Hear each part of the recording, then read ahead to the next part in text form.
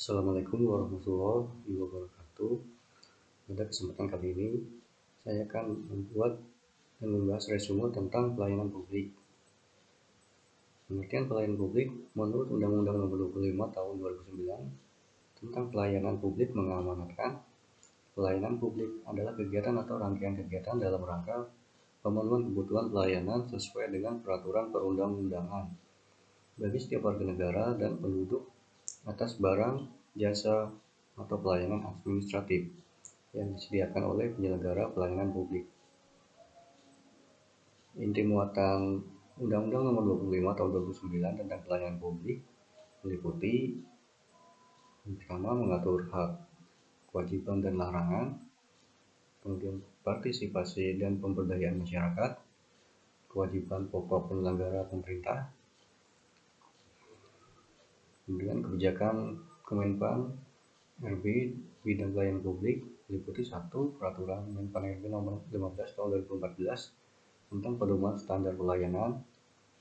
2. Peraturan Menpan RB nomor 14 tahun 2017 tentang pedoman survei kepuasan masyarakat terhadap penyelenggara pelayanan publik. 3. Peraturan Menpan RB nomor 24 tahun 2014 tentang pedoman penyelenggara pengelolaan pengadaan pelayanan publik secara nasional. 4. Peraturan Menpan RB nomor 30 tahun 2014 tentang pedoman inovasi pelayanan publik.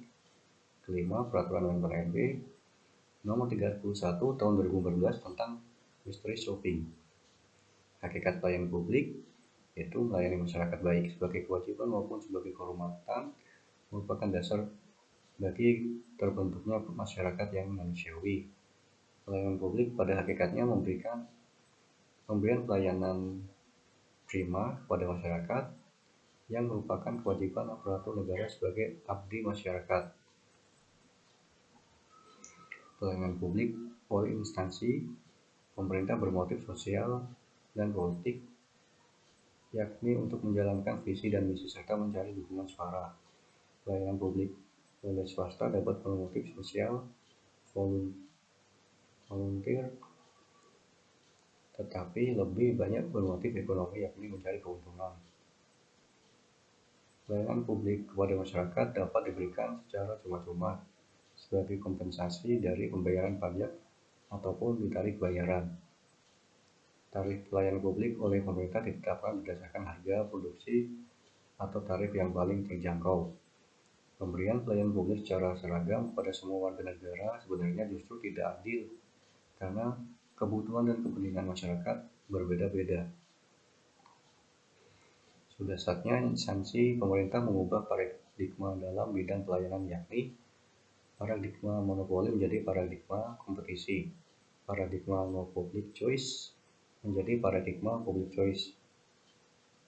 Kemudian tujuan otonomi daerah yaitu meningkatkan kesejahteraan masyarakat, meningkatkan pelayanan umum, meningkatkan daya saing daerah sesuai dengan Undang-Undang Nomor 32 Tahun 2004 Pasal 2 Ayat 3. Klasifikasi pelayanan publik meliputi pelayanan administratif, yaitu pelayanan yang menghasilkan berbagai bentuk dokumen resmi yang dibutuhkan oleh publik.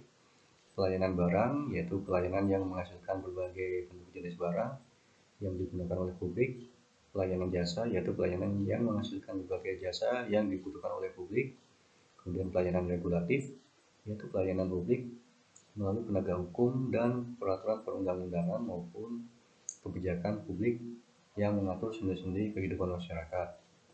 Prinsip-prinsip dalam pelayanan publik meliputi kesederhanaan, kejelasan, kepastian waktu, akurasi, keamanan, tanggung jawab, kelengkapan sarana dan prasarana, kemudahan akses, kedisiplinan, kesopanan, dan keramahan, serta kenyamanan.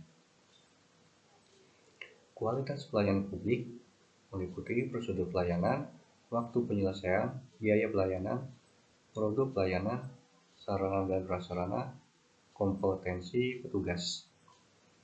Langkah strategis yang dapat dilakukan dalam meningkatkan pelayanan publik antara lain membangun kesadaran melayani bagi aparatur, membangun kesadaran masyarakat sebagai konsumen dengan membuka kesempatan yang seluas-luasnya kepada masyarakat baik langsung maupun melalui media massa untuk menyampaikan saran dan atau pengaduan mengenai pelayanan masyarakat, memberikan reward and punishment yang seimbang, mengadakan kompetisi pelayanan untuk instansi yang memberikan pelayanan sejenis.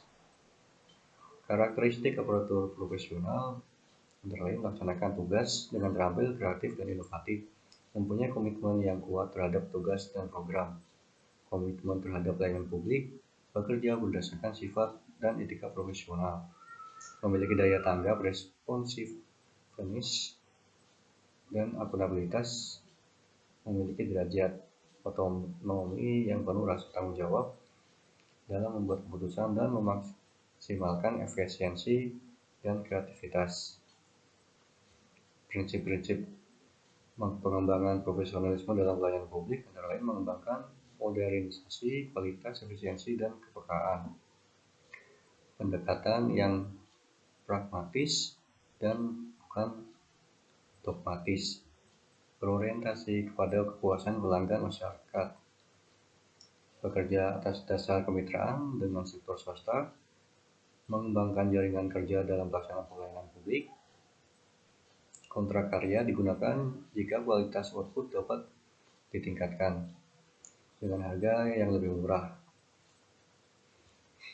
Kemudian sumber daya, keterampilan, dan komitmen staf adalah aset yang terbaik di dalam memodernisasi pelayanan umum.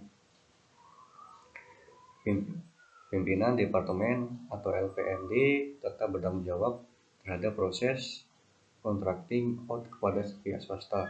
Perlunya antisipasi yang tepat terhadap perubahan yang terjadi. Perlindungan terhadap pegawai tetap diutamakan dengan kompensasi yang layak. Komunikasi yang efektif dan terus-menerus adalah kunci kesuksesan, penyempurnaan, dan perubahan. Adanya informasi dan komunikasi terbuka antara pelanggan atau masyarakat dan stakeholder. Hubungan dengan sektor swasta adalah dua arah dengan menerapkan prinsip keterbukaan dan kejujuran. Pejabat senior memberikan kepemimpinan yang merangsang motivasi dan penyempurnaan yang berkelanjutan. Demikian resume tentang pelayanan publik yang bisa saya sampaikan. Terima kasih dan mohon maaf jika ada kesalahan kata dalam menyampaikan informasi pelayanan publik ini. Wassalamualaikum warahmatullahi wabarakatuh.